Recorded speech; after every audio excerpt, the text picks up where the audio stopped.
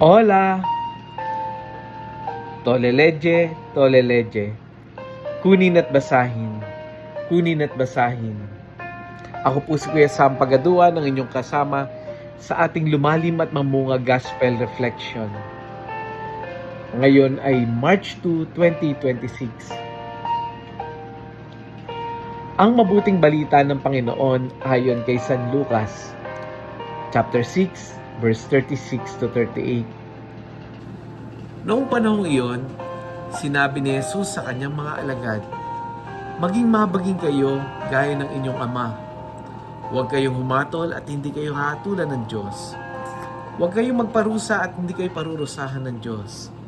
Magpatawad kayo sa inyong kapwa at patatawarin kayo ng Diyos. Magbigay kayo at bibigyan kayo ng Diyos. Gustong takal, siksik, liglig at umaapaw pa ang ibibigay sa inyo. Sapagkat ang takalang ginamit ninyo ay siya ring gagamitin ng Diyos sa inyo." Ang mabuting balita ng Panginoon. Pinupuri ka namin, Panginoong Hesukristo. Happy Monday po sa inyong lahat. Alam niyo po, nung mabasa ko yung gospel na ito, aaminin ko sa inyo, nung pinagninilayan ko, ang unang pumasok sa isip ko, Pass. Pass muna. After consistently doing gospel reflection for 1 year, yes, nakaka-1 year na po tayo. Alam mo, parang ang reaction ko po talaga, gusto ko mag-skip muna. Gusto ko mag-absent muna. Bakit? Kasi sa gospel natin ngayon, kahit ako, hirap dito. Bakit? Ano ba nagpapahirap? Sabi ni Jesus sa ito, "Maging mahabagin kayo tulad ng inyong ama na mahabagin. Huwag kayong hahatol nang hindi kayo hatulan. Magpatawad kayo at kayo papatawarin. Magbigay kayo at kayo ay bibigyan." Pagka iniisip mo itong mga ito, sa totoo lang, napakataas na standard. Yun lang unang-una maging mahabagin tulad ng ama. Huwag manghusga, magpatawad, magbigay ng bukas palad. Kung babasahin lang natin ito, maganda, very inspiring. Pero here's the reality. Pag ilalapat mo ito sa totoong buhay, doon nagsisimula ang struggle. And ako, parang kinukwento ko sa inyo, I want to share my vulnerability. Every day, narinig ninyo ako na sharing the gospel, but it doesn't mean 100% nakaka-comply tayo. Tao din tayo. Kung kayo ay nahihirapan, same with me. No? Kaya ang role natin dito sa gospel reflection na ito, sabay tayong magjo-journey, sabay tayong hakbang. Kasi una, di ba? Mahirap magpatawad. Napakaswerte mo kung napakadali mong magpatawad. Mahirap magpatawad lalo na kung ang nakasakit sa iyo ay malapit sa iyo. Kung ang nakasakit sa iyo ay kapamilya mo, kaibigan mo. Mahirap hindi manghusga. Kasi pag galit ka, hahanap ka ng dahilan para mas lalo kang magalit. Minsan, ginajustify mo pa yung sarili mo. Minsan, may point ka naman. Pero anong tanong ni Jesus? Hindi naman niya tinatanong. Ang tanong ni Jesus ay hindi naman, may point ka ba? Kundi, ang gustong itanong sa atin ni Jesus sa gospel ngayon, mahabagin ka ba? Aray? Sakit, Mahabagin ba tayo? Hindi pinag-uusapan kung tama ka ba. Kundi, ang panuntunan niya, mahabagin ba tayo tulad ng ating Ama sa langit. No?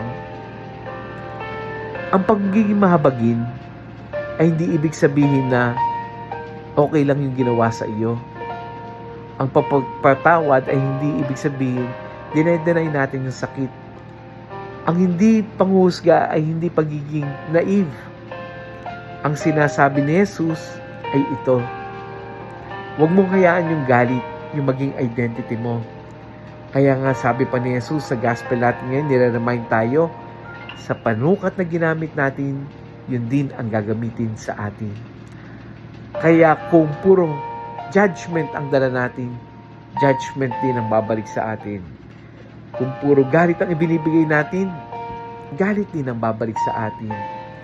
Pero kung habag ang pipiliin natin, kahit paunti-unti, habag din yung mararanasan natin. Paano ba natin mai-apply ito? Paano ba natin ito maisasalapat sa ating pang-araw-araw na buhay? Una, ilang araw na nating pinag-uusapan itong pagpapatawad. Parang last week pa ito eh. Pero ito pa yung mga additional, no? Simulan natin sa maliit na hakbang ng pagpapatawad. Hindi kailangan agad-agad mawala ang sakit. Pero pwede kang magsimula sa pagdedesisyon na hindi ka gaganti at hindi mo na palalakahin yung galit.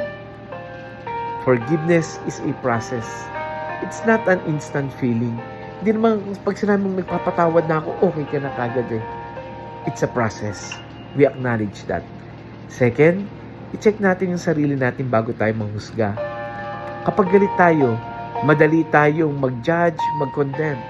Pero bago tayo magturo ng daliri, alalahanin natin tayo rin ay nangangailangan ng awa ng Diyos araw-araw. At pangatlo, piliin yung awa kaysa sa pride. Ang pride ang nagsasabing karapatan mong magalit. There is always an inner voice at the back of our mind. Tama lang yun, deserve niya yun. Pero there is also a little voice inside your head, inside your heart na nagsasabing, piliin mong maging mahabagin. Huwag kang maging bihag ng galit. At doon nagsisimula ang tunay na kalayaan. Let us pray. Lord, alam mo kung gaano kahirap yung inuutos mong ito. Alam mo ang galit, ang sakit, ang pride sa puso namin. Hindi namin kaya mag-isa. Hindi namin kaya maging mahabagin kung walang tulong mo. Turuan mo kaming magpatawad kahit paunti-unti. Turuan mo kaming huwag manghusga kahit masakit. At kung nahihirapan kami, ipaalala mo sa amin na ikaw ang unang naging mahabagin sa amin. Amen. Tagos sa buto yung ating gospel, ano?